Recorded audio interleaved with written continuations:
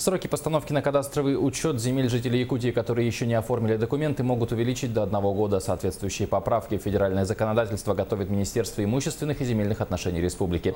Об этом глав муниципальных образований проинформировал министр ведомства Евгения Григорьева на совещании председателя правительства Якутии. По ее словам, гражданам может не хватить 6 месяцев по действующим правилам на оформление своих территорий. Также будет внесена поправка о передаче функций уполномоченных органов с поселенческого на районный уровень. Это объясняется нехваткой профессиональных кадров на местах. Министерство имущественных и земельных отношений республики подготовило карты территорий по каждому району республики. Серым цветом на ней отображены земли, которые не подлежат раздаче в рамках дальневосточного гектара.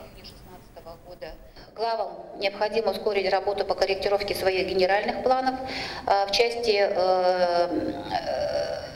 отображения на территории всего муниципального образования всех земель общего пользования и отображения всех планируемых строительств и размещения объектов местного значения.